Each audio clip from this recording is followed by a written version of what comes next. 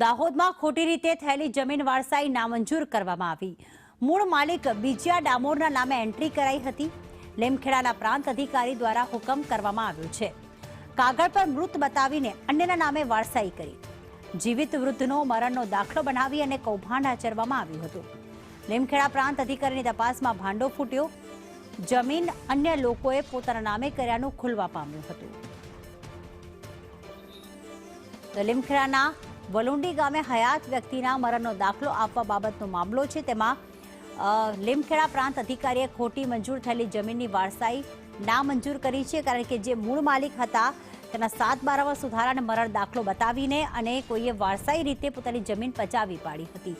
જ્યારે વિગતો સામે આવી ત્યારે પ્રાંત અધિકારી એક્શનમાં આવ્યા અને ખોટી મંજૂર થયેલી જમીનની વારસાઈ અત્યારે નામંજૂર કરવામાં આવી છે. અને જે મૂળ માલિક છે જમીનના બીજિયાભાઈ ડામોર, તેમના નામની એન્ટ્રી કરવામાં આવી છે.